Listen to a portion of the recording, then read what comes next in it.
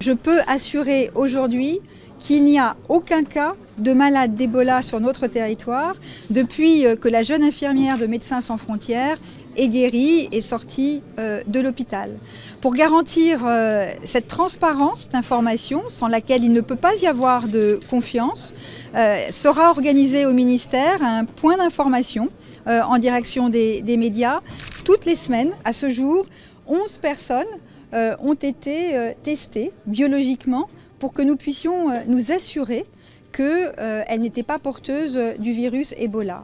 Dans les 11 cas, les examens ont été négatifs et donc ces personnes n'étaient pas malades d'Ebola.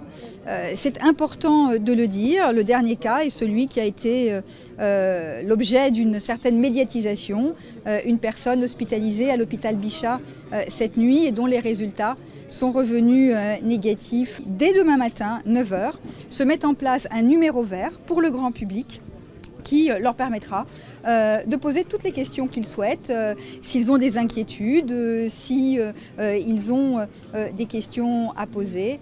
Ce numéro, c'est le 0800 13 00 00. Si on n'a pas de fièvre, on ne peut pas être porteur d'Ebola. Si on a de la fièvre et qu'on n'a pas été dans un des pays dans lequel il y a l'épidémie, ça n'est pas Ebola. Si on a un doute parce qu'on a de la fièvre et qu'on a été au cours des dans les 3 semaines qui précèdent, dans un des pays d'Afrique de l'Ouest touchés par l'épidémie, alors un seul réflexe, un seul, ne pas sortir, aller voir son médecin ou aller aux urgences, un seul réflexe, appeler le SAMU, le 15, en cas de suspicion, et cela dès le 1er août dernier. Ebola et le favipiravir